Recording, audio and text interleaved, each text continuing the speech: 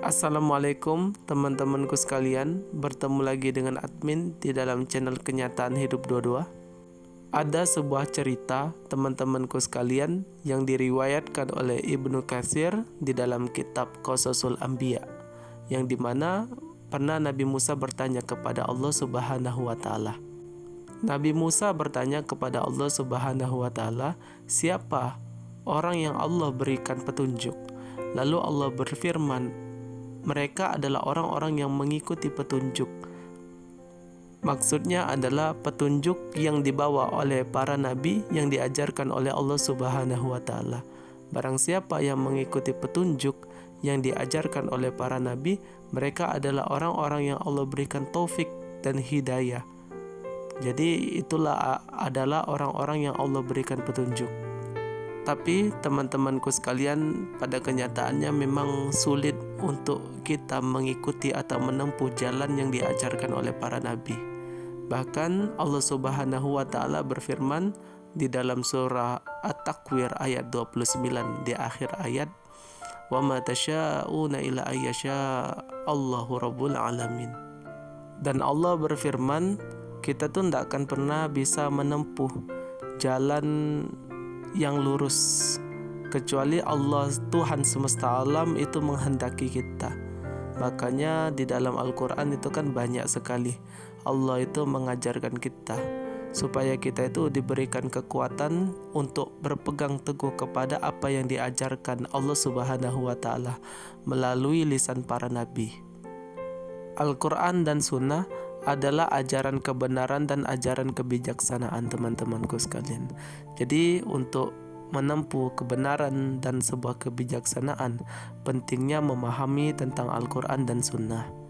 Jadi jangan pernah kita itu mencari kebenaran selain dari Al-Quran dan Sunnah. Apalagi teman-temanku sekalian yang Muslim ya, ini saya memperingatkan yang Muslim, terkadang mempelajari tentang filsafat-filsafat barat hanya untuk mencari kebenaran dan kebijaksanaan. Padahal di dalam Islam itu kan sudah diajarkan teman-temanku sekalian. Di dalam Al-Quran, di dalam hadis-hadis Nabi, itu kan diajarkan tentang kebenaran dan kebijaksanaan.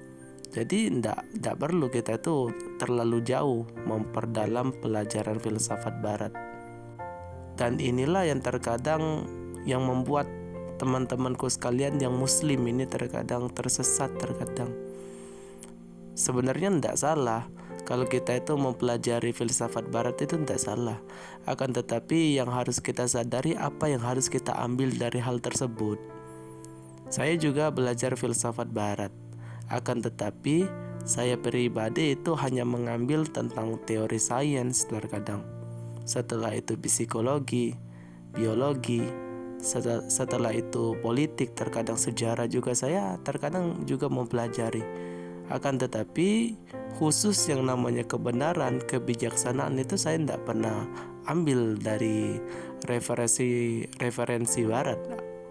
Itu saya ambil dari Al-Quran dan Sunnah teman-temanku sekalian. Jadi untuk teman-teman yang mempelajari filsafat barat ya harus direnungi apa yang admin katakan ini. Ada ungkapan Nabi Daud. Beliau pernah berkata, sungguh alangkah ruginya orang yang kaya setelah itu miskin. Akan tetapi lebih merugilah orang-orang yang Allah berikan petunjuk, akan tetapi mereka tidak mengikutinya. Jadi ada baiknya kalau ingin mencari sebuah kebenaran, mencari sebuah kebijaksanaan, ya ada baiknya mulailah dari apa yang diajarkan Allah Subhanahu wa Ta'ala di dalam Al-Quran, di dalam Sunnah. Jangan terlalu jauh mempelajari filsafat barat tentang kebenaran, tentang kebijaksanaan. Kalau menurut admin pribadi, admin pernah mempelajari tentang pemikiran kebenaran dan kebijaksanaan dari versi barat ya. Terkadang cenderung analisis mereka, pengalaman pribadi mereka. Akan tetapi apa yang diajarkan oleh Allah Subhanahu wa Ta'ala di dalam Al-Quran itu tentang kebenaran dan kebijaksanaan itu bersifat pasti. Itu juga bersifat pasti benar.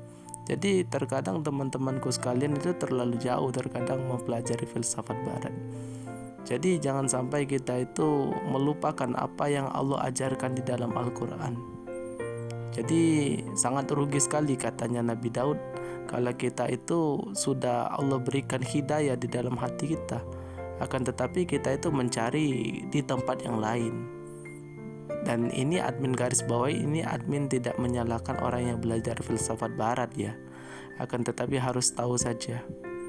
Jadi kalau admin pribadi ya ambil yang sainsnya saja, setelah itu sejarah, politik, psikologi, biologi. Adapun kebenaran dan yang namanya kebijaksanaan kembali kepada apa yang diajarkan para ulama kita.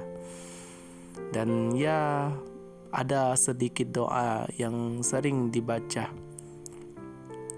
di dalam sholat kita juga terkadang, dan doa ini dibaca oleh Hawariyun, sahabat-sahabat Nabi Isa, yang dimana itu ada di Al-Quran surah Ali Imran ya.